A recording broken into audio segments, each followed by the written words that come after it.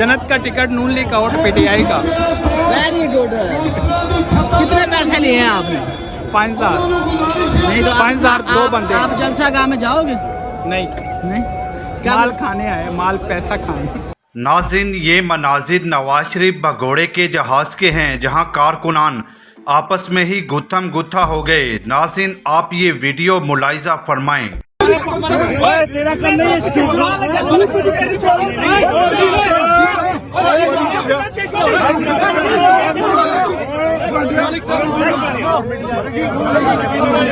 दूसरी जानिब नवाज शरीफ के लाहौर जलसे में मुर्दा मुर्गियां इस्तेमाल होने का इंकशाफ हुआ है।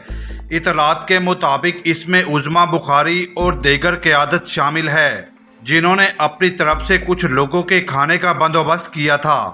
नाज़रीन, आप इस चीज़ से अंदाज़ा लगा लें कि यही लोग पाकिस्तान पर मुसल्लत होने आ रहे हैं। दूसरी जानिब नवाज शरीफ के जलसे में मुर्दा मुर्गियां लाने वाला सप्लायर गिरफ्तार, जबकि इंतज़ाम करने वाली लीगी क़यादत भाग गई।